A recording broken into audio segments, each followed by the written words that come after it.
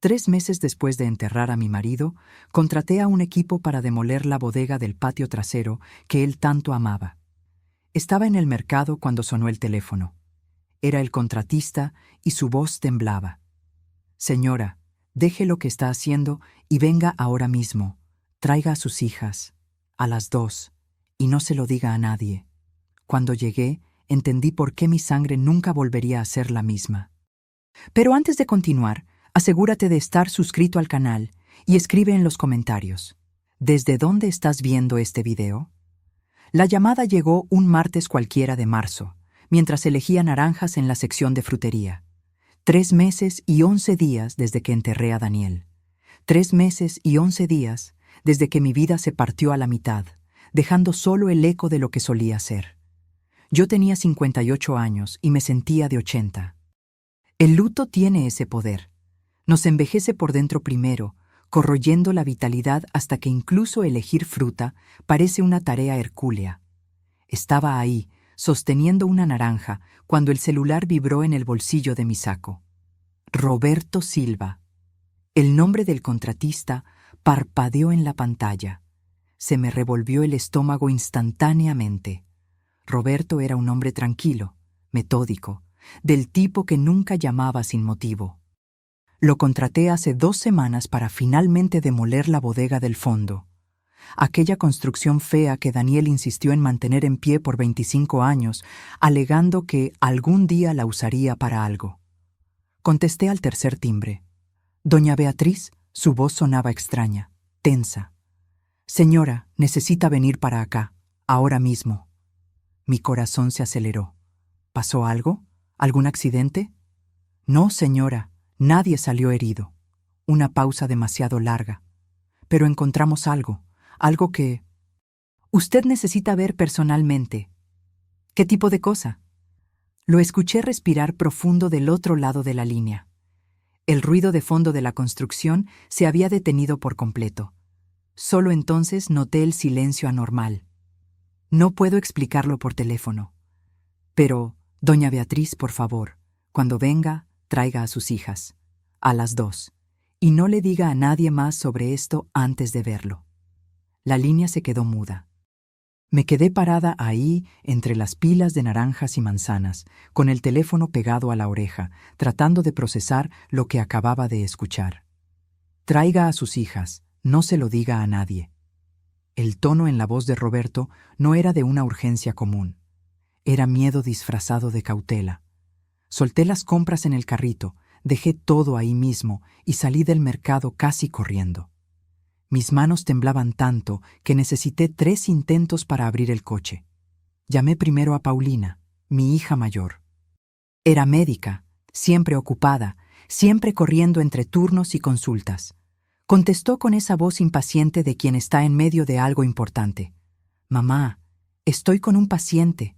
¿Te puedo llamar después?» «Paulina, te necesito en la casa, ahora». El tono de mi voz debió transmitir algo, porque se quedó en silencio por un segundo. «¿Qué pasó?» «No sé cómo explicarlo. Solo ven, por favor. Ya voy para allá». La llamada a Sofía, la menor, fue aún más difícil. Estaba en una reunión en el despacho de abogados donde trabajaba. Desde la muerte de su padre, Sofía se había vuelto aún más cerrada, más distante. Su luto era silencioso, pero lo veía en sus ojos. Ese vacío que yo reconocía porque vivía dentro de mí también. «Mamá, ¿sabes que no puedo salir así a mitad de la jornada?» «Sofía». Mi voz salió más firme de lo que esperaba. «Te lo estoy pidiendo. Te necesito». Hubo una pausa. Luego, en voz baja: «Está bien, voy para allá». Manejé por las calles conocidas de Cuernavaca con el piloto automático encendido. Mi mente hervía con posibilidades, ninguna tenía sentido. ¿Qué podría haber encontrado Roberto en una bodega vieja que exigiera la presencia de mis 2 hijas? ¿Qué tipo de descubrimiento venía acompañado de un pedido de silencio? Daniel construyó esa bodega justo después de que nos mudamos a la casa, hace 26 años.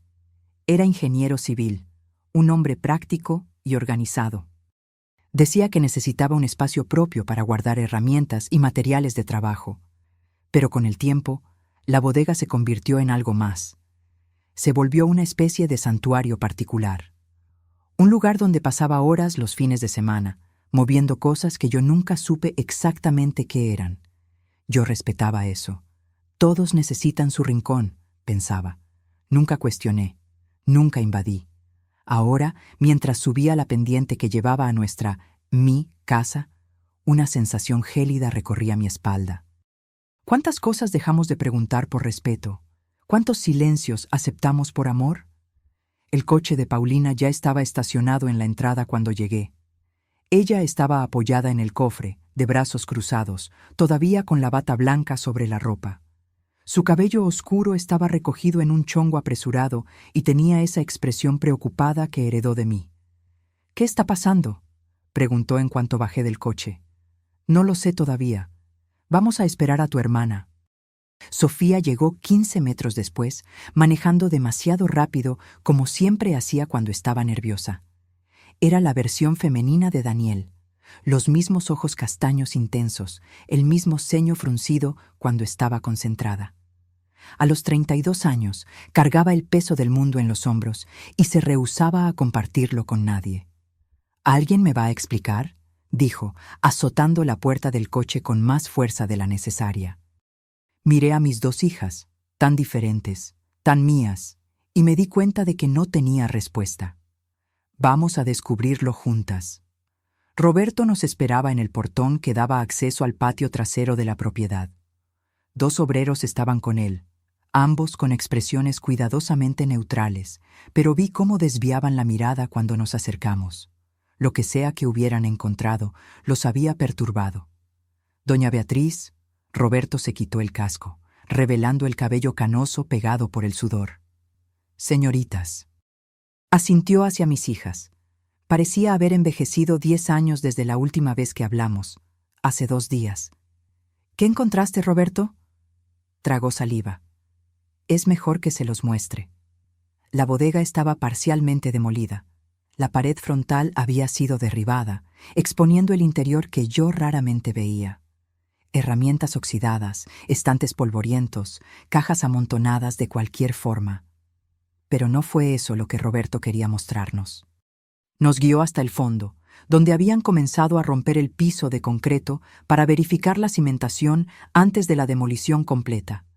Y fue ahí, donde el concreto se había partido, que el mundo como lo conocía empezó a desmoronarse. Había una trampilla. No solo una trampilla. Una entrada cuidadosamente construida, disfrazada bajo el concreto. La tapa de metal estaba ahora expuesta, con un sistema de cerradura que parecía demasiado profesional para ser obra casera. Cuando golpeamos con el mazo aquí, Roberto señaló las grietas en el concreto alrededor. El sonido retumbó diferente, vacío. Cavamos alrededor y encontramos esto. Mi corazón latía tan fuerte que dolía. ¿La abriste? «No, señora. Pensé que debía verla usted primero, con sus hijas». Paulina se acercó, se puso de cuclillas al lado de la trampilla. «Esto es una cámara subterránea. ¿Papá construyó una cámara subterránea y nunca nos dijo?». Sofía estaba pálida. «Mamá, ¿tú sabías de esto?». Sacudí la cabeza, incapaz de articular palabras. 26 años. 26 años casada con un hombre que, aparentemente, mantenía secretos literalmente enterrados bajo nuestros pies. «Tiene una cerradura», observó Roberto. «Digital, código de 4 dígitos». Me acerqué con las piernas temblorosas. La cerradura parpadeaba en rojo, esperando la combinación correcta. 4 números. ¿Qué números elegiría Daniel? «Intenta con la fecha de aniversario de bodas», sugirió Paulina, con la voz entrecortada. Marqué 1508. La luz permaneció roja. «¿Su cumpleaños?», intentó Sofía. 2304. Rojo nuevamente. Mi mente corría. ¿Qué código usaría Daniel? Algo significativo pero no obvio. Algo que... De repente, recordé. Una conversación antigua, justo después de que nació Sofía. Daniel contándome sobre una superstición tonta que tenía desde niño. Su número de la suerte, decía, era la suma de los días de nacimiento de sus hijas. Paulina nació el día 12, Sofía el día 19. Con dedos temblorosos marqué 3112. La luz parpadeó en verde. Un clic mecánico resonó en la tarde silenciosa. La trampilla se desbloqueó. Nadie se movió por unos segundos. Nos quedamos ahí, las tres, mirando esa tapa de metal como si fuera una bomba a punto de estallar. En cierto sentido, era exactamente eso. Roberto dio un paso al frente. «Déjeme abrirla, señora». Pero Paulina ya se estaba moviendo. «No, nos toca a nosotras». Sujetó el asa de la tapa, una barra de metal resistente, y tiró.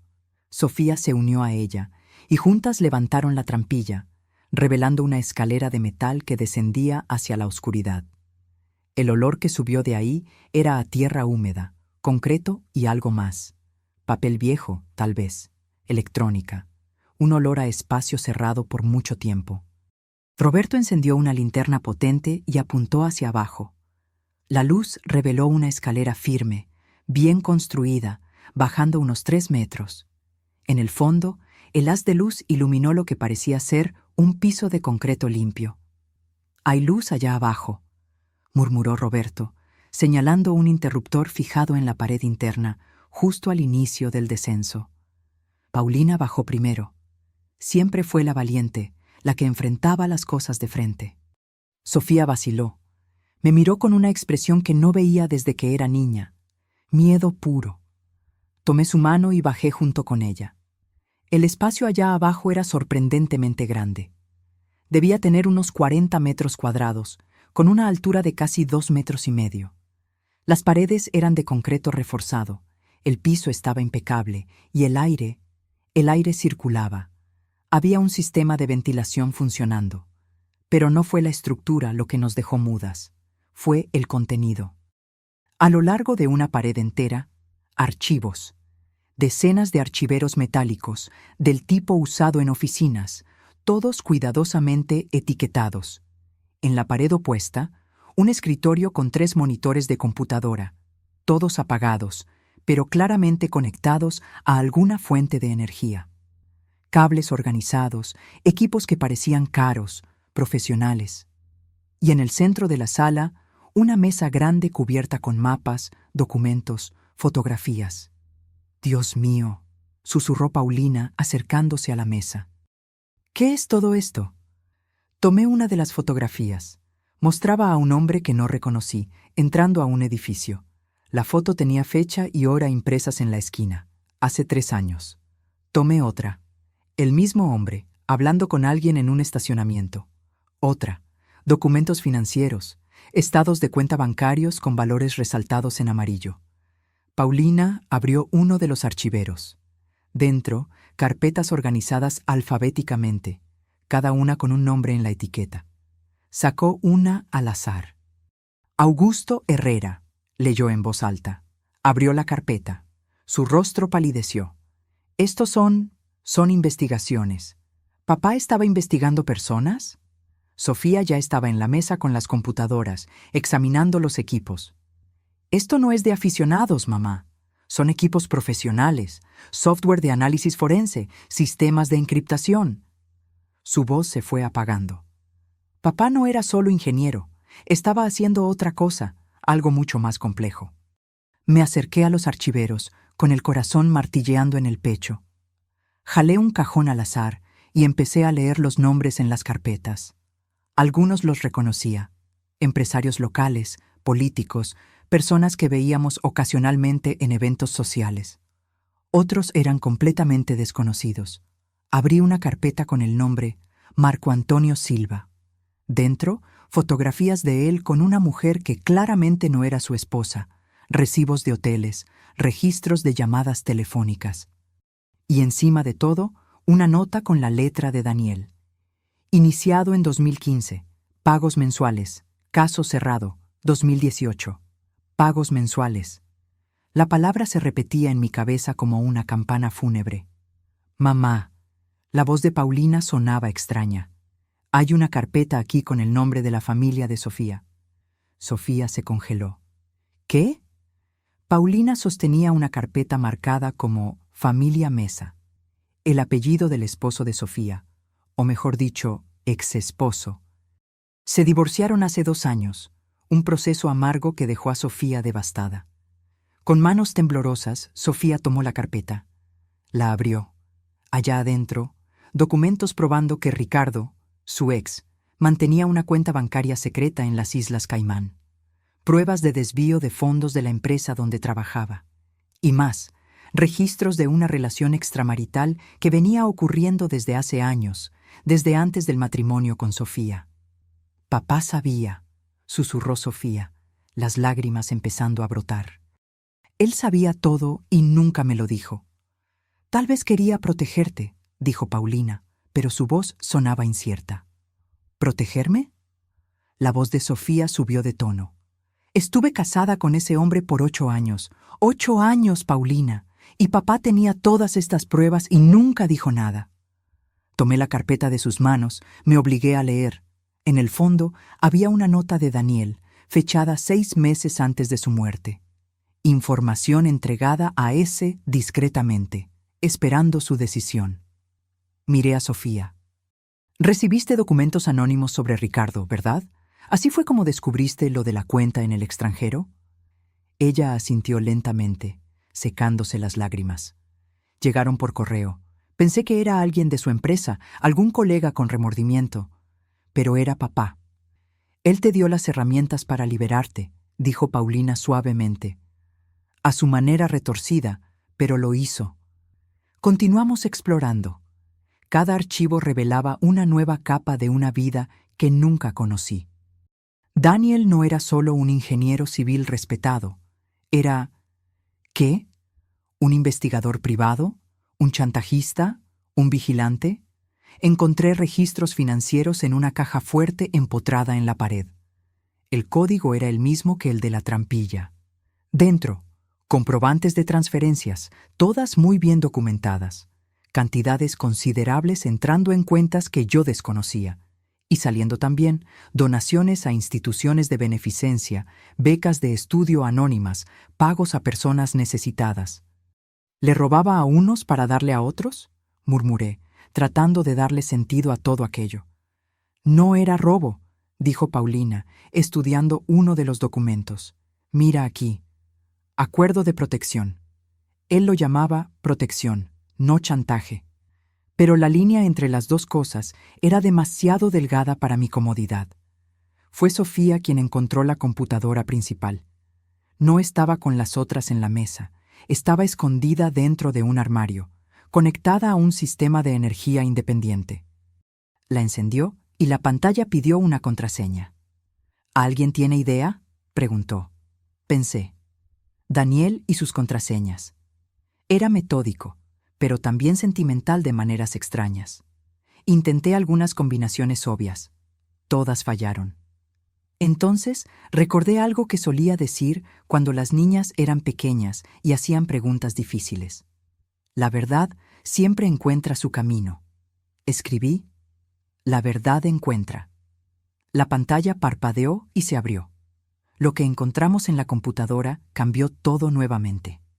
Carpetas y más carpetas de información, organizadas con el mismo cuidado meticuloso que Daniel aplicaba a todo en su vida.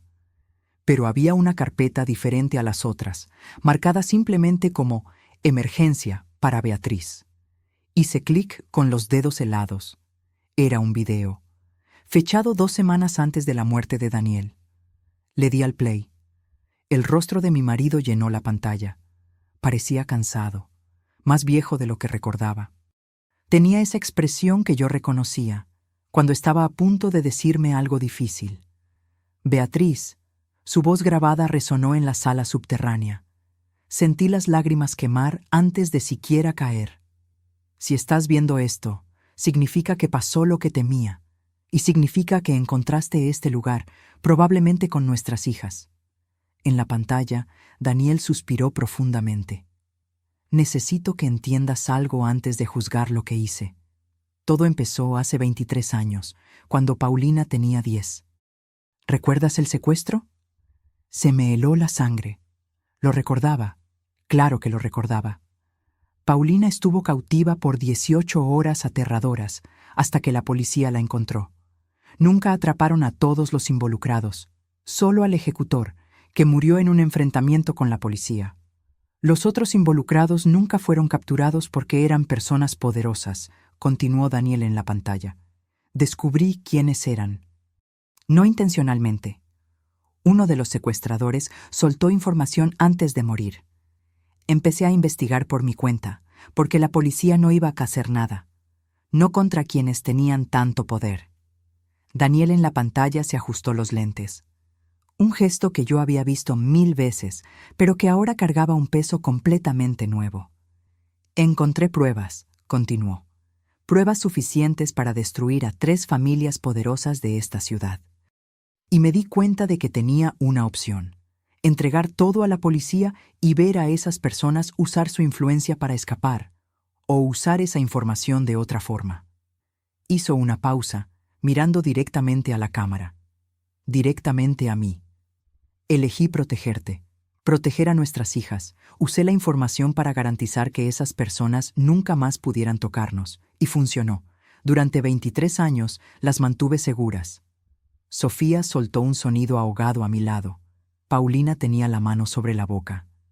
Pero no me detuve ahí, admitió Daniel, y por primera vez vi algo parecido a la vergüenza cruzar su rostro. Una vez que entendí cómo obtener información, cómo documentar secretos, me di cuenta de que podía hacer más. Podía ayudar a otras personas. Aquella mujer que era golpeada por su marido, pero no tenía pruebas para el divorcio, conseguí las pruebas para ella. El empresario que estaba siendo extorsionado por un socio corrupto, le di lo que necesitaba para liberarse. Se inclinó más cerca de la cámara. Pero sí, Beatriz, cobré por mi trabajo. Cobré bien. Y usé ese dinero para hacer lo que la ley no hace: redistribuir. Le quité a los que robaban y se lo di a quienes lo necesitaban. Financié tratamientos médicos, pagué deudas de personas honestas en apuros, les di a niños pobres la oportunidad de estudiar. Mi cabeza daba vueltas. Robin Hood. Mi marido creía que era una especie de Robin Hood moderno. Sé lo que estás pensando, dijo Daniel, como si pudiera leer mi mente a través del tiempo, que no tenía derecho a decidir quién merecía justicia y quién merecía castigo. Tienes razón, pero lo hice de todos modos, porque el sistema le falló a nuestra familia una vez, y no confiaba en que no fallara de nuevo. La pantalla tembló cuando cambió de posición.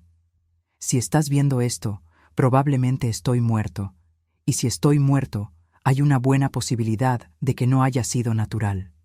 Sentí que el suelo se movía bajo mis pies. Paulina me sostuvo del brazo. Hace 3 semanas recibí una amenaza. Alguien descubrió lo que hacía. Alguien que tiene mucho que perder si todo se expone. Me dieron a elegir: entregar todos los archivos y desaparecer, o enfrentar las consecuencias. Daniel sonrió, pero fue una sonrisa triste. No los voy a entregar. No voy a dejar que años de trabajo caigan en manos equivocadas. Así que, si estás viendo esto... Dejó el pensamiento en el aire. No necesitaba completarlo. Hay un archivo específico que es peligroso, continuó Daniel. Está marcado como primordial. No lo abras todavía, no hasta que estés absolutamente segura de que estás protegida. Porque ese archivo menciona nombres, personas poderosas, peligrosas, y si saben que tienes acceso a él, harán cualquier cosa para silenciarte. Mi corazón latía tan rápido que dolía. ¿Dónde está ese archivo? Como respondiendo a mi pregunta, Daniel en la pantalla dijo: el archivo está encriptado en una memoria USB dentro de la caja fuerte. La contraseña es algo que solo tú sabes, Beatriz. La respuesta a la pregunta que me hiciste en nuestro primer viaje juntos cuando nos perdimos en Guanajuato. ¿Te acuerdas? Me acordaba. Teníamos 22 años, saliendo apenas desde hacía 3 meses. Nos perdimos por completo en los callejones históricos, muriendo de risa por nuestra propia incompetencia. Yo pregunté: ¿a qué le tienes más miedo en el mundo? Él respondió sin dudarlo: a no poder proteger a quienes amo. Hay una cosa más. Daniel en la pantalla me miró directamente de nuevo y sus ojos estaban húmedos. Beatriz, Eres la persona más fuerte que conozco, más fuerte que yo. Sé que descubrir todo esto te va a lastimar, te va a hacer cuestionar cada momento que pasamos juntos. Pero necesito que sepas, cada decisión que tomé, cada acción que ejecuté, fue porque te amé. Te amé a ti y a nuestras hijas más que a mi propia vida.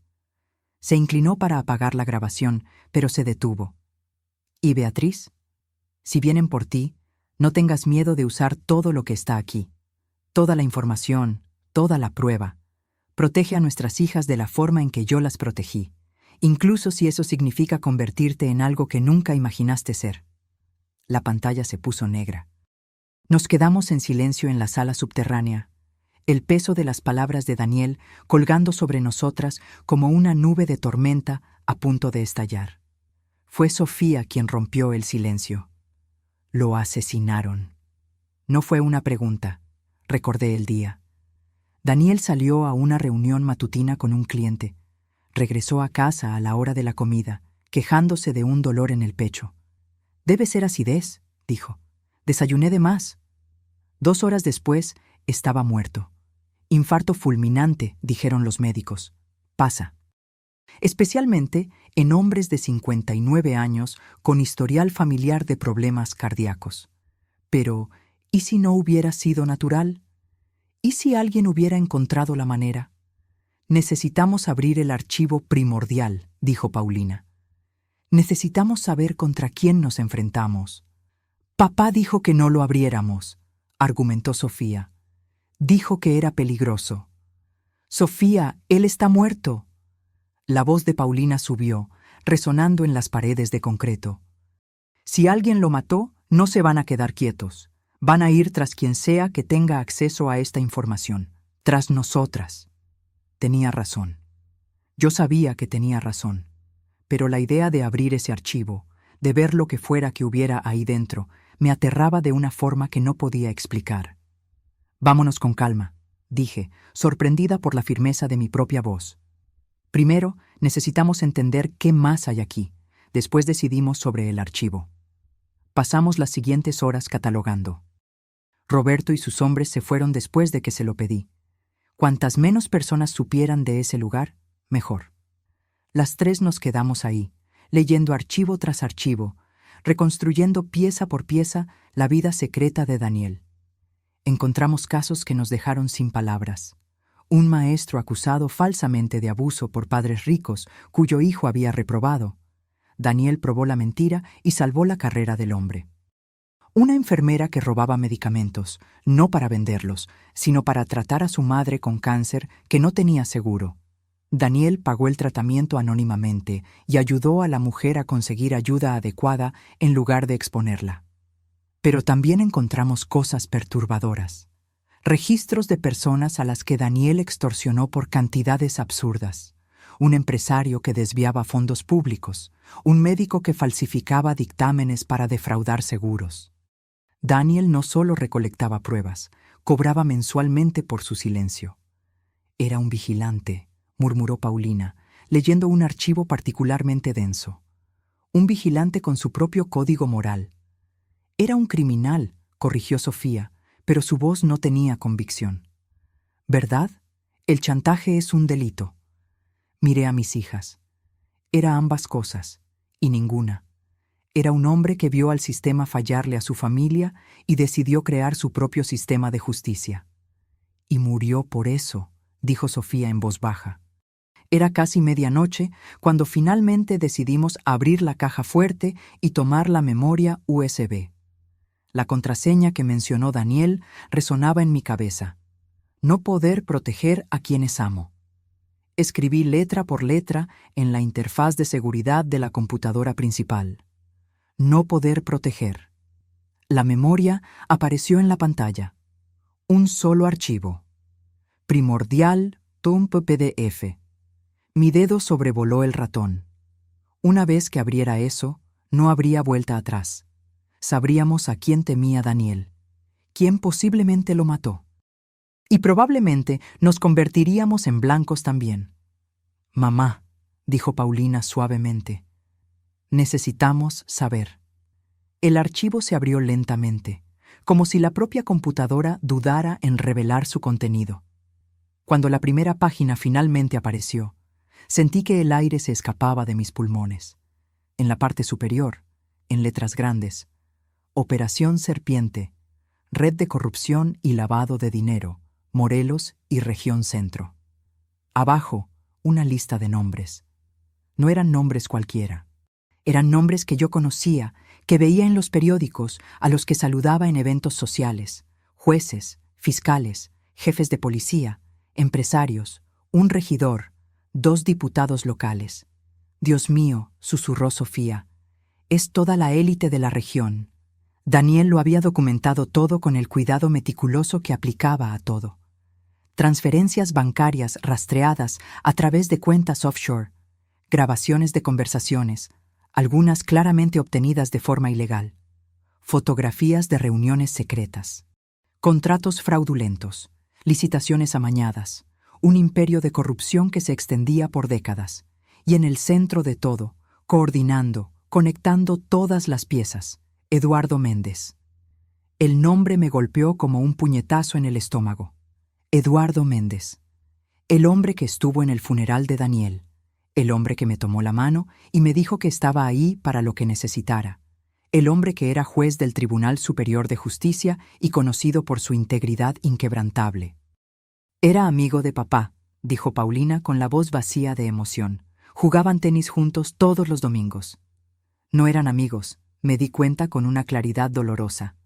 Daniel lo estaba vigilando, recolectando pruebas. Continuamos leyendo. Eduardo Méndez no era solo corrupto, era la columna vertebral de toda la operación.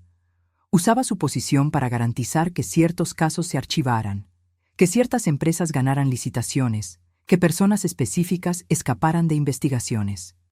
A cambio, recibía un porcentaje de todo, y Daniel tenía pruebas de absolutamente todo. Mira la fecha de la última nota de papá, dijo Sofía, señalando el pie de una página.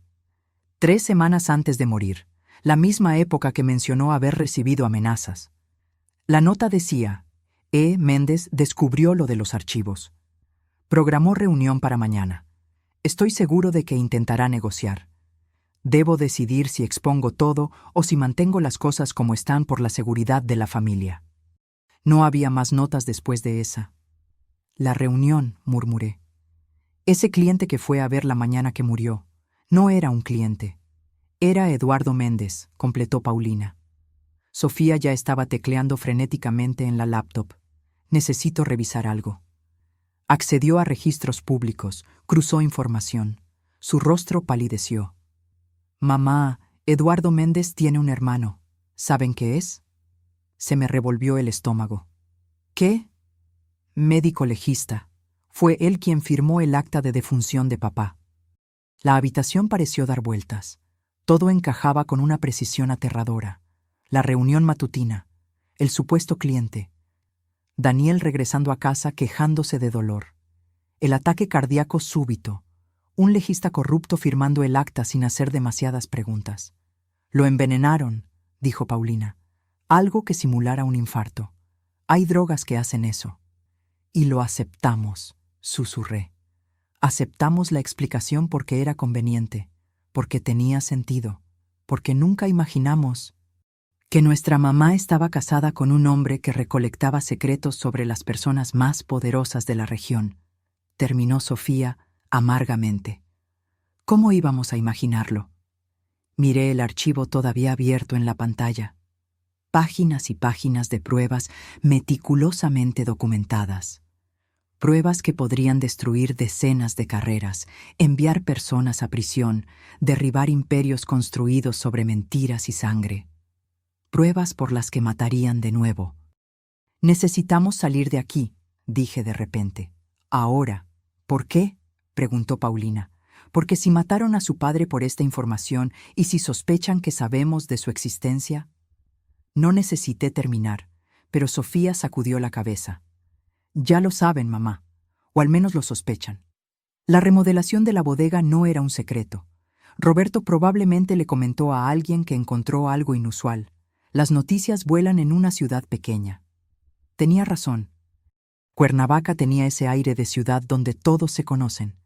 Si Roberto mencionó a la persona equivocada que encontró una habitación secreta en la propiedad de la viuda del ingeniero Daniel, mi teléfono vibró, rompiendo el silencio tenso. Un número desconocido. Mi corazón se aceleró.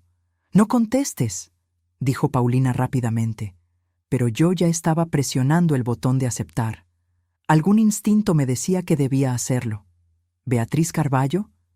Una voz masculina, calmada, educada, conocida. ¿Quién habla? Eduardo Méndez. Perdona que llame tan tarde, pero supe que hubo un movimiento interesante en tu propiedad hoy. ¿Encontraron algo durante la demolición? Se me heló la sangre.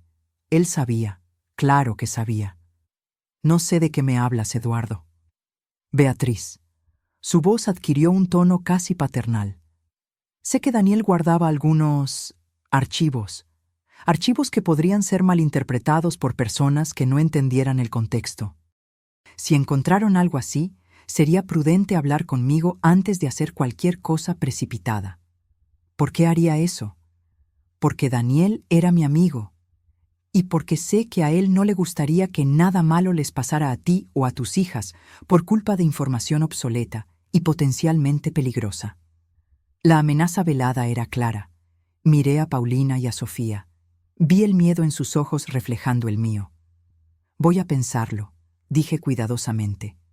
Piénsalo rápido, Beatriz. Algunas personas son menos pacientes que yo.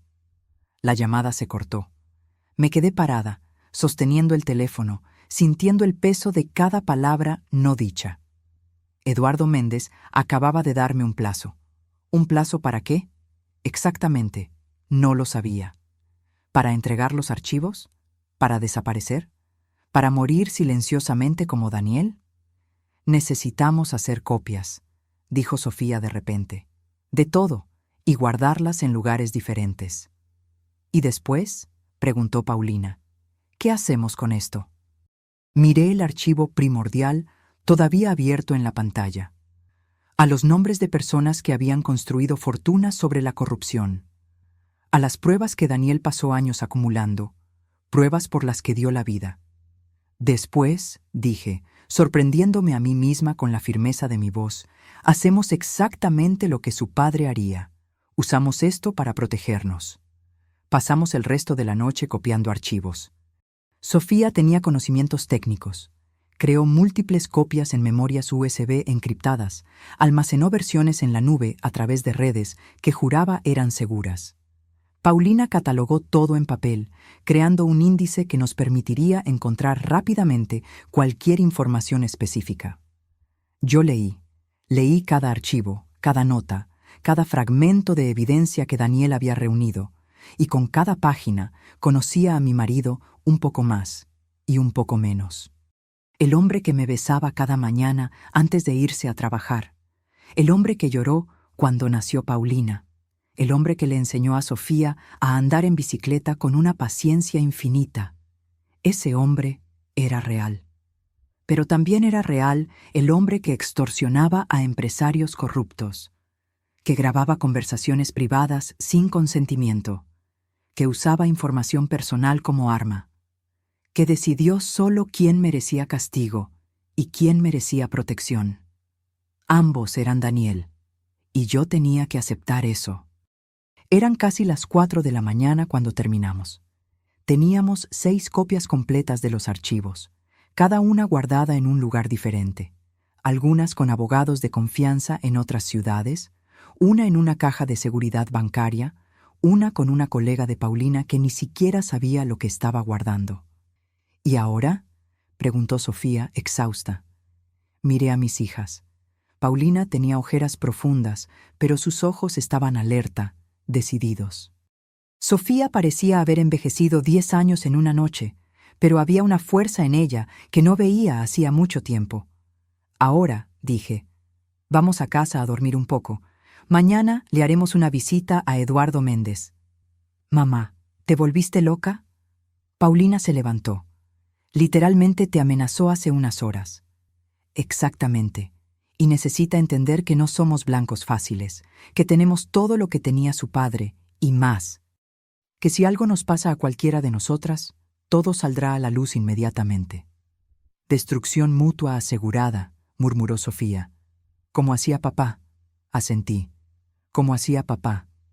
Dormí 3 horas. Soñé con Daniel, pero no era el Daniel que yo conocía. En el sueño, estaba en esa sala subterránea, rodeado de archivos, y cuando se volteaba hacia mí, su rostro estaba cubierto por sombras que yo no podía disipar. Desperté con el sol saliendo, bañando la habitación en una luz dorada que parecía cruel en su normalidad. ¿Cómo podía el mundo estar tan común, tan tranquilo, cuando todo dentro de mí estaba destrozado? Tomé un baño largo, dejando que el agua caliente se llevara parte de la tensión de los hombros. Elegí la ropa con cuidado, un conjunto sobrio, profesional. Necesitaba parecer en control, aunque por dentro estuviera aterrorizada. Paulina y Sofía llegaron a las 9. Habíamos acordado que iríamos juntas. La unión hace la fuerza, dijo Paulina. Y protección, añadió Sofía. Es más difícil hacer desaparecer a 3 mujeres que a una. La oficina de Eduardo Méndez estaba en el centro histórico, en una casona colonial bellamente restaurada. Irónico, pensé, cómo el dinero de la corrupción pagaba la preservación de la historia.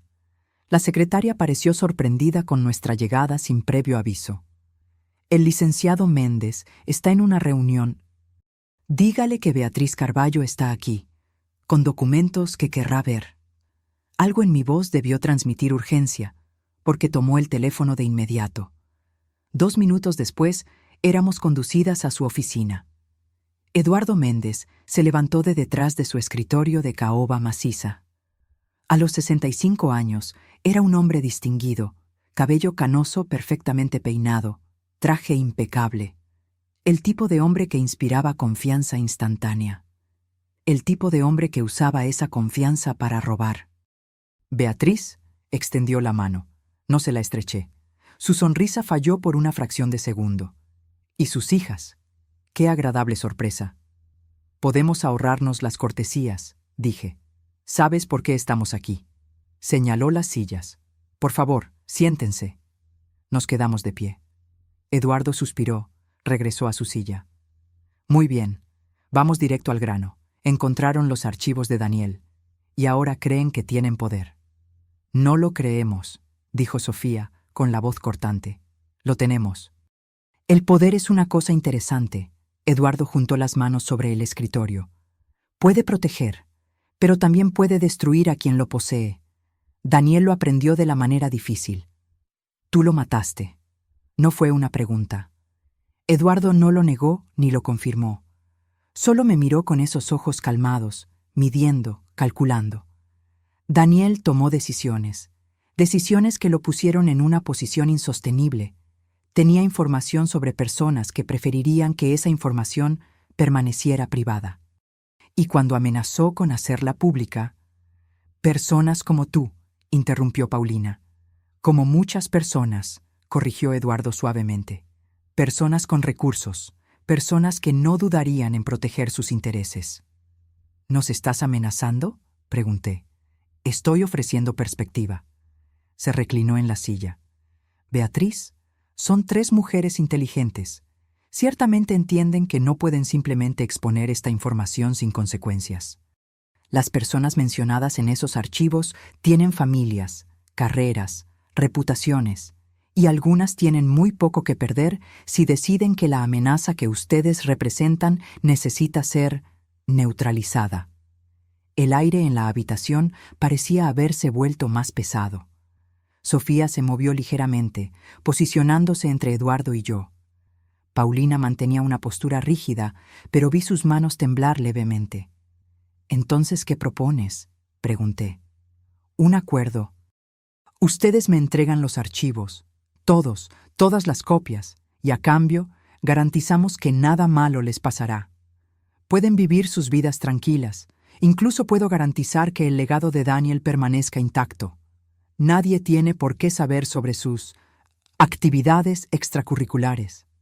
¿Y qué nos garantiza que cumplirás tu parte?». Eduardo sonrió. «Mi palabra». Sofía soltó una risa amarga.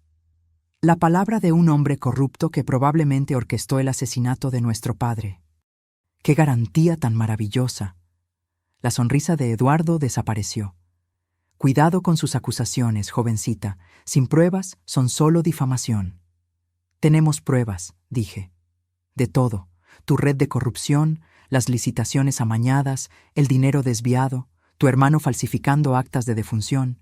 Tenemos grabaciones, documentos, transferencias bancarias, todo. Por primera vez, vi una grieta en la máscara de Eduardo. Sus ojos se entrecerraron, su mandíbula se tensó. Si las tuvieran, dijo cuidadosamente, me habrían buscado antes. Habrían intentado negociar. El hecho de que estén aquí ahora, 3 mujeres asustadas, sin ningún tipo de protección, me dice que están blofeando. Era mi turno de sonreír. Saqué mi celular del bolsillo. Presioné unos botones. ¿Puedes revisar tu correo, Eduardo? Frunció el ceño, pero tomó su propio celular. Yo había enviado un documento, solo una muestra. 3 páginas del archivo primordial, mostrando transferencias específicas de cuentas offshore a su cuenta personal. Vi el color desaparecer de su rostro mientras leía. Eso es una muestra, dije calmadamente. Tenemos 423 páginas sobre ti específicamente. ¿Sobre los otros involucrados en la operación? Más de 1000 páginas. Y antes de que preguntes, sí, hicimos copias, muchas copias, guardadas con personas que nunca encontrarías. Programadas para ser liberadas automáticamente si algo nos pasa a cualquiera de nosotras. Eduardo soltó el celular. Cuando volvió a mirarme, la cortesía había desaparecido por completo. No saben lo que están haciendo, no saben con quién se están metiendo. Lo sabemos perfectamente, dijo Paulina. Nos estamos metiendo con criminales asustados que finalmente van a pagar por lo que hicieron. Entonces, ¿cuál es su plan? Eduardo se inclinó hacia adelante. ¿Entregar todo a la policía? ¿A la fiscalía? ¿Creen que prosperaría alguna investigación? La mitad de las personas que tendrían que investigar están en esos archivos. Por eso no vamos a ir a la policía, dije. Vamos a ir a la prensa, a periodistas de fuera del Estado, a blogs de investigación, a organizaciones anticorrupción. Vamos a difundir esto tan ampliamente que ni todo el poder y el dinero del mundo lograrán enterrarlo. Era mentira. Todavía no habíamos decidido exactamente qué hacer, pero necesitaba que Eduardo creyera que teníamos un plan sólido, que éramos tan calculadoras como Daniel lo había sido. Eduardo me estudió en silencio por un largo momento. Luego, sorprendentemente, se rió. Daniel te enseñó bien, o tal vez siempre fuiste así y él solo lo reconoció. Daniel me enseñó que a veces la única forma de protegerse es garantizar que tu destrucción destruya también a tus enemigos. Destrucción mutua asegurada, Eduardo repitió, la estrategia favorita de tu marido. Se levantó, caminó hacia la ventana, miró la calle allá abajo. Muy bien, tienen mi atención. ¿Qué quieren? Queremos que nos dejen en paz, dije simplemente. Queremos vivir nuestras vidas sin mirar por encima del hombro, sin preocuparnos por si seremos la próxima víctima de un ataque cardíaco súbito. ¿Y a cambio? A cambio, los archivos se quedan donde están, guardados, seguros y en silencio. A menos que alguien decida que somos una amenaza, entonces todo sale a la luz. Eduardo volvió al escritorio, apoyó las manos en él. ¿Y cuánto tiempo creen que durará este equilibrio? ¿1 año? ¿5? ¿10? En algún momento, alguien decidirá que vale la pena el riesgo, o se harán demasiado viejas para representar una amenaza real, o cometerán un error. ¿Y entonces? Entonces tendrás que vivir con esa incertidumbre, interrumpí. Igual que nosotros, vivimos con la incertidumbre de estar siendo vigiladas por asesinos. Me parece justo. Me miró fijamente por un largo tiempo. Finalmente, asintió lentamente. Llevaré su propuesta a las personas relevantes. Pero Beatriz, entiende una cosa. Hay personas en esta red que son mucho menos razonables que yo. Personas que las verán como una amenaza existencial y actuarán en consecuencia. Entonces convence a esas personas de que somos una amenaza mayor, vivas que muertas. Salimos de su oficina en silencio. Solo cuando estuvimos en el coche, con las puertas cerradas, Paulina finalmente habló. Mamá, estuviste increíble allá adentro, pero te das cuenta de que acabamos de declararles la guerra a las personas más poderosas de la región, ¿verdad? Me doy cuenta. Mis manos temblaban en el volante. ¿Pero qué más podíamos hacer? ¿Entregar los archivos? ¿Vivir con miedo para siempre? No, dijo Sofía desde el asiento de atrás. Hiciste lo correcto. Es exactamente lo que papá habría hecho. Eso era exactamente lo que me preocupaba. Daniel había hecho lo correcto por 23 años. Y miren a dónde lo llevó. Los días siguientes fueron de una tensión silenciosa. Regresamos a nuestras rutinas. Paulina al hospital, Sofía al despacho, yo a la casa vacía que de repente parecía llena de fantasmas. Pero todo había cambiado. Cada sombra parecía sospechosa. Cada coche desconocido en la calle merecía una segunda mirada. Cada llamada de un número extraño hacía que mi corazón se acelerara. Instalamos cámaras de seguridad. Cambiamos las cerraduras. Paulina empezó a dormir en mi casa, en el cuarto de visitas, diciendo que era solo hasta que las cosas se calmaran. Sofía aparecía todos los días después del trabajo, inventando excusas sobre querer revisar algo o necesitar documentos antiguos. Ninguna de nosotras mencionaba el miedo que compartíamos, pero estaba ahí, como un cuarto habitante invisible en cada habitación. Fue un jueves, 6 días después de nuestra reunión con Eduardo, cuando la situación cambió. Estaba en la cocina preparando café cuando sonó el interfón. Las cámaras mostraban a un hombre en la entrada, de unos 50 y tantos años, traje discreto, postura erguida. No lo reconocí. ¿Doña Beatriz Carballo? La voz sonó por el interfón. ¿Quién es? Mi nombre es Fernando Costa. Soy investigador federal. Me gustaría intercambiar unas palabras con usted, si es posible. Mi corazón se aceleró. Investigador federal. Eso no estaba en los planes. Llamé a Paulina de inmediato, que estaba en su cuarto arreglándose para su turno. Hay un investigador federal en la puerta. Bajó las escaleras corriendo. Juntas estudiamos al hombre por la cámara. Esperaba pacientemente, manos en los bolsillos, sin parecer una amenaza. Puede ser una trampa, dijo Paulina, o puede ser nuestra salvación. Respiré hondo y presioné el botón. ¿Puede mostrar su identificación a la cámara? Levantó una placa. Parecía legítima, pero yo no era experta. Voy a verificar su número de registro, dije.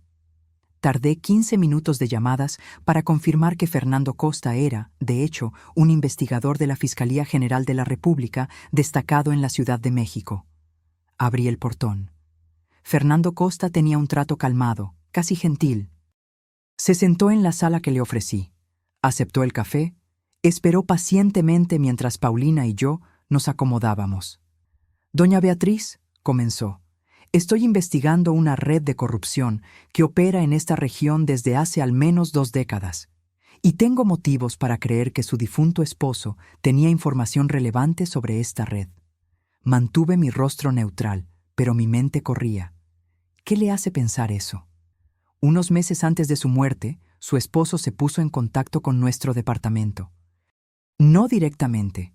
Usó canales anónimos, pero logramos rastrearlo. Alegaba tener pruebas de un esquema masivo de corrupción que involucraba a figuras públicas locales. Se me revolvió el estómago. ¿Daniel había ido con las autoridades federales? No había mención de eso en ninguno de sus archivos. Programó una reunión con nosotros, continuó Fernando, pero murió antes de que pudiera concretarse. En su momento, aceptamos la explicación de causas naturales. Pero ahora, con cierta información que recibimos recientemente, estamos reabriendo el caso. ¿Qué información? Fernando me estudió cuidadosamente. Doña Beatriz, seré directo. Sé que encontraron algo durante la demolición de la bodega. Sé que tuvieron una reunión tensa con Eduardo Méndez. Y sé que, si su marido realmente tenía las pruebas que decía tener, esas pruebas probablemente están con ustedes ahora. Paulina se adelantó antes de que yo pudiera responder. ¿Y si estuvieran? ¿Qué garantías tendríamos de que entregar esa información no nos pondría en más peligro? Ninguna. Fernando fue brutalmente honesto. La red que estamos investigando tiene tentáculos profundos. Puede haber personas comprometidas, incluso dentro de nuestras propias filas. Pero puedo ofrecerles algo que no tienen ahora: la posibilidad de justicia real. ¿Al costo de nuestras vidas?, replicó Paulina. Potencialmente. No trató de endulzarlo. Pero sigan como están. ¿Y cuánto tiempo creen que van a durar? ¿1 año? ¿2? Esas personas no van a desaparecer simplemente porque tengan un acuerdo tácito de destrucción mutua. Tarde o temprano encontrarán una forma de neutralizarlas sin activar los gatillos que configuraron. Sabía que tenía razón. El equilibrio que intentamos establecer con Eduardo era frágil, temporal. Estaba hecho de miedo mutuo y nada más. No duraría. ¿Qué propones?, pregunté. Trabajen conmigo. Entreguen las pruebas, pero hagámoslo de una forma que garantice su seguridad. Protección de testigos, si es necesario. Y vamos a armar un caso tan sólido que nadie escapará. Ni Eduardo Méndez, ni nadie. Protección de testigos significa desaparecer, dijo Paulina lentamente. Nuevas identidades, nuevas vidas. No volver a ver a nuestros amigos, a nuestros colegas. Sí. Fernando no trató de que pareciera mejor de lo que era. Miré por la ventana, hacia el jardín que Daniel y yo plantamos juntos hace tantos años, los rosales que él cuidaba con tanto cariño, el árbol de guayaba que plantamos cuando nació Sofía. Una vida entera construida en este lugar. Necesito tiempo para pensarlo, dije finalmente. Fernando asintió. Entiendo. Pero no tarde mucho. Cuanto más tiempo tengan esas personas para organizarse, más peligroso se vuelve. Se levantó, sacó una tarjeta de su bolsillo. Mi número directo. Llame a cualquier hora. Después de que se fue, Paulina y yo nos quedamos sentadas en silencio por mucho tiempo. ¿Qué vamos a hacer?, preguntó finalmente. Voy a llamar a tu hermana. Necesitamos decidir esto juntas. Sofía llegó en 20 minutos. Le contamos todo sobre la visita de Fernando Costa. Escuchó en silencio, su rostro volviéndose progresivamente más pálido. Protección de testigos, murmuró cuando terminamos. Desaparecer por completo. O seguir como estamos y esperar que Eduardo cumpla el acuerdo, dijo Paulina. Un acuerdo hecho con un asesino, señaló Sofía. No es exactamente confiable, pero al menos seguiríamos siendo nosotras mismas, argumentó Paulina. Nuestras vidas, nuestras identidades, todo lo que papá pasó años protegiendo. Papá está muerto. La voz de Sofía fue dura. Proteger no funcionó para él. ¿Por qué funcionaría para nosotras? Pasamos horas debatiendo. Paulina argumentaba a favor de mantener el statu quo, al menos temporalmente. Sofía insistía en que necesitábamos trabajar con Fernando. ¿Y yo? Yo estaba dividida entre el deseo de justicia por lo que le hicieron a Daniel y el miedo paralizante de lo que podría pasar si nos exponíamos por completo. Era casi de noche cuando sonó mi teléfono. Número desconocido. Contesté con duda. ¿Beatriz Carballo? Una voz femenina, joven, asustada. ¿Sí? Mi nombre es Marina. Soy secretaria del licenciado Eduardo Méndez. Respiró hondo, temblando. Necesito avisarte. Hay una reunión ocurriendo ahora mismo, en su oficina, con personas malas, y tu nombre fue mencionado, muchas veces. Se me heló la sangre. ¿Qué están planeando? No sé los detalles, pero escuché al licenciado Méndez decir que el problema debe resolverse antes de que se salga completamente de control. Y otra persona, no reconocí la voz, dijo que los accidentes pasan. Especialmente a mujeres que manejan solas de noche. El teléfono casi se me cae de la mano. ¿Por qué me estás contando esto? Porque el licenciado Méndez mató a mi padre. Su voz se quebró. Hace 5 años. Falsificó un proceso. Destruyó su reputación, lo llevó al suicidio. Y yo no puedo hacer nada porque no tengo pruebas. Pero tú sí. Tú tienes pruebas de todo lo que hizo. Así que, por favor, úsalas. Destrúyelo, por mí, por mi padre, por todas las personas a las que ese monstruo lastimó. La llamada se cortó. Miré a mis hijas. Cambio de planes. Vamos a trabajar con Fernando Costa. Llamé a Fernando esa misma noche. Contestó al primer timbre como si estuviera esperando. ¿Doña Beatriz? Vamos a hacerlo, pero con condiciones. Programamos una reunión para el día siguiente en un lugar neutro, una cafetería en Tepoztlán, lejos de Cuernavaca, lejos de ojos conocidos. Fernando llegó con una colega, una investigadora llamada Patricia, que tenía ojos afilados y un trato directo al hablar. Pasamos 6 horas en esa cafetería, yéndonos solo cuando el dueño empezó a dar señales de que quería cerrar. Mostramos muestras de los archivos, cuidadosamente seleccionadas, nada que comprometiera nuestro poder de negociación por completo, pero lo suficiente para probar que teníamos exactamente lo que decíamos tener. Fernando se puso pálido mientras leía. Patricia silbó bajo. Esto es más grande de lo que imaginábamos. ¿Cuántas personas están involucradas?, preguntó Fernando. Directamente, 47, dijo Sofía, que se había memorizado los números. Indirectamente, si contamos a todos los que se beneficiaron o facilitaron de alguna forma, más de 100. Dios mío. Y todos ellos van a querer que desaparezcamos, añadí. Por eso nuestras condiciones no son negociables. Protección total, las 24 horas, hasta que esas personas estén tras las rejas. Y garantías de que los archivos se usarán adecuadamente, no se archivarán ni se manipularán. Fernando y Patricia intercambiaron miradas.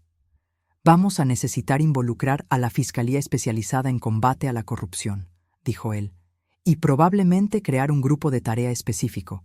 Esto es demasiado grande para manejarse localmente. ¿Cuánto tiempo?, preguntó Paulina. ¿Para montar el operativo? Unas semanas. ¿Para arrestar a todos? Meses, tal vez años. Los casos de corrupción como este son complejos. Semanas, repetí. Semanas en las que vamos a estar en su radar, vulnerables. Por eso la protección empieza ahora, dijo Patricia. Hoy mismo.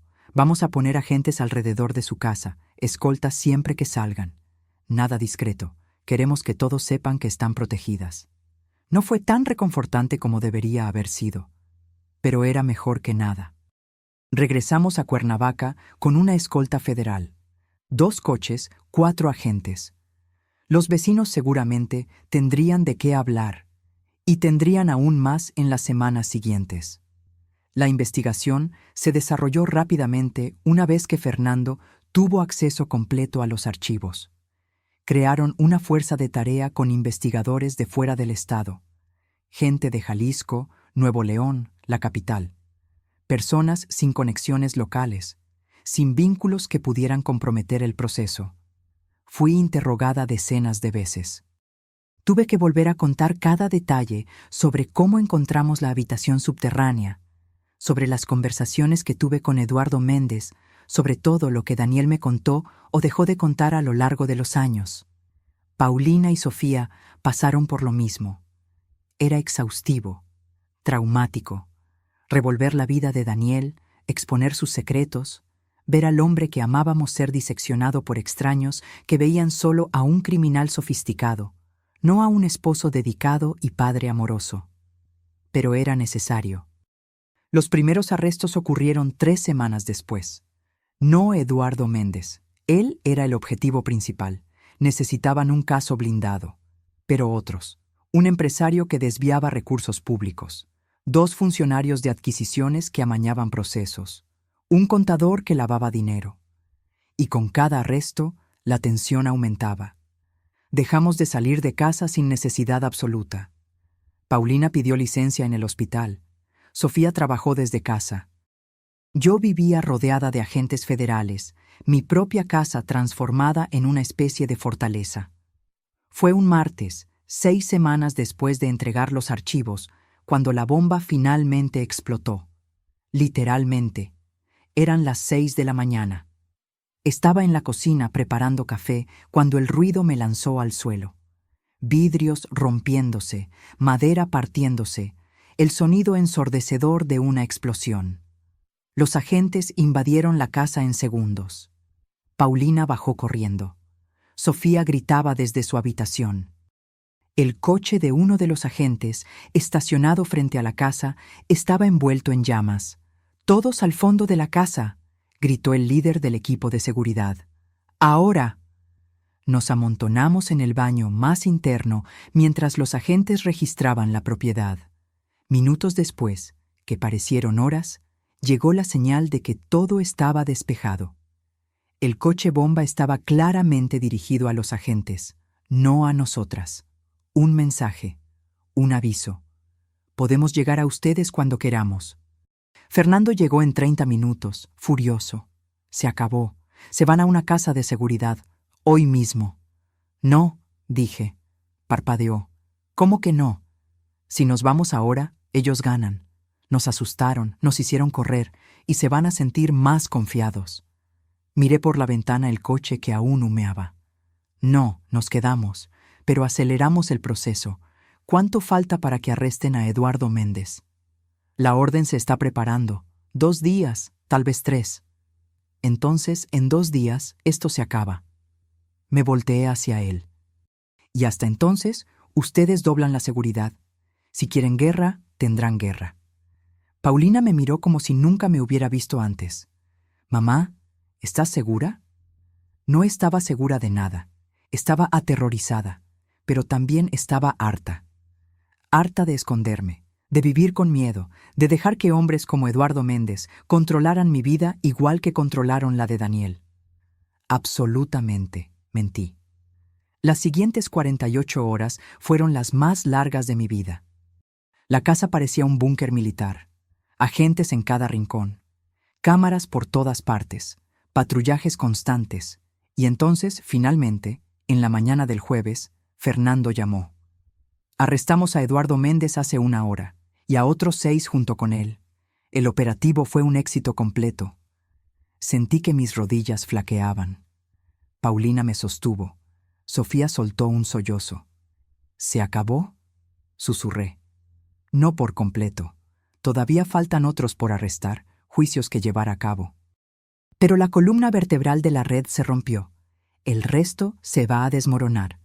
Se acabó. No del todo, pero lo suficiente. Lo suficiente para respirar. Los meses siguientes fueron un torbellino de audiencias, declaraciones, titulares. La Operación Serpiente, como la prensa empezó a llamarla, dominó las noticias por semanas. Cuernavaca estaba en el centro de uno de los mayores escándalos de corrupción de la década.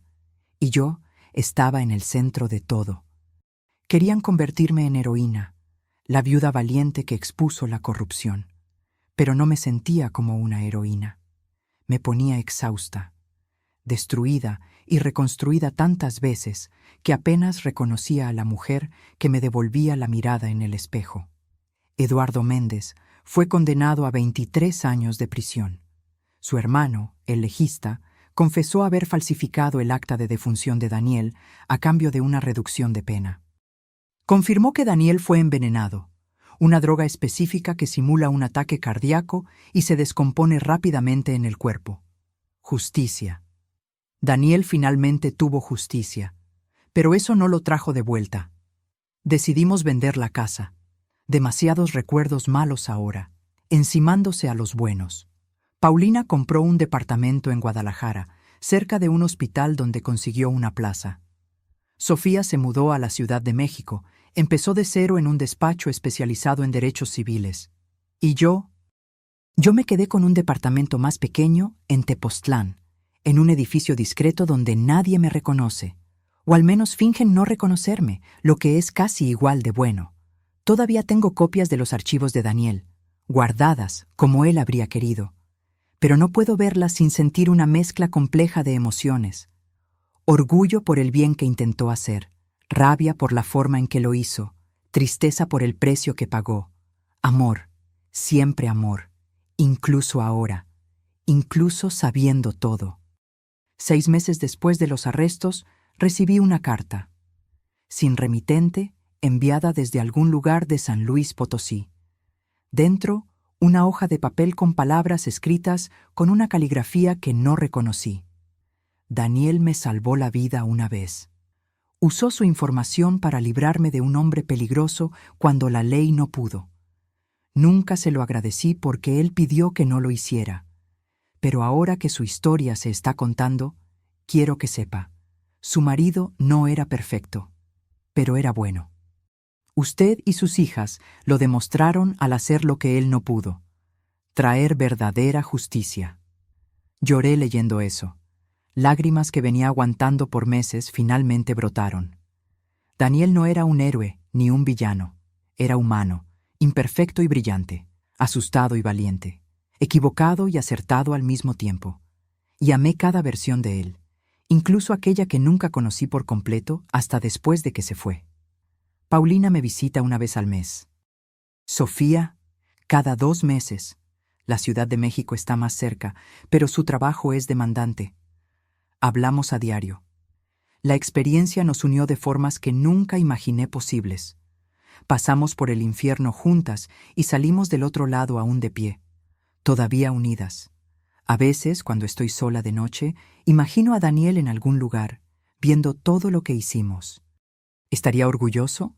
¿Enojado por haber expuesto sus secretos? ¿Aliviado de que finalmente podamos vivir sin mirar por encima del hombro? Creo que estaría orgulloso. Orgulloso de que usamos lo que nos dejó no para perpetuar su sistema, sino para terminarlo, para traer la justicia real que él nunca confió que el sistema pudiera dar. Demostramos que estaba equivocado en algunas cosas y en lo correcto en otras, principalmente sobre nosotras, sobre nuestra fuerza, sobre nuestra capacidad de sobrevivir. Lo último que hice antes de dejar la casa fue volver a la habitación subterránea una última vez. Vacía ahora, todos los archivos confiscados como evidencia. Solo concreto desnudo y silencio. Me quedé ahí, en ese espacio que Daniel construyó para proteger sus secretos, para protegernos. Gracias. Susurré a las paredes vacías. Y adiós. 3 palabras que significaban todo. Gratitud por lo que hizo, perdón por lo que no hizo, y liberación del peso de cargar con sus secretos. Subí la escalera por última vez. Cerré la trampilla. Lo dejé todo atrás. Afuera, Paulina y Sofía me esperaban. Mis hijas, mi fuerza, mi razón para seguir. Miramos juntas la casa una última vez antes de partir. ¿Lista?, preguntó Paulina. «Lista», respondí. Y era verdad. Estaba lista para dejar el pasado, lista para construir algo nuevo. Lista para ser simplemente Beatriz, no la viuda de Daniel, no la mujer que expuso la corrupción, sino solo yo. Quien quiera que yo fuera ahora. Íbamos a descubrirlo juntas. Ahora, si te gustó esta historia, haz clic en suscribirte y dime en los comentarios qué parte te dejó con la boca abierta. Y no olvides hacerte miembro para tener acceso a videos exclusivos que no publico aquí. Te espero allá.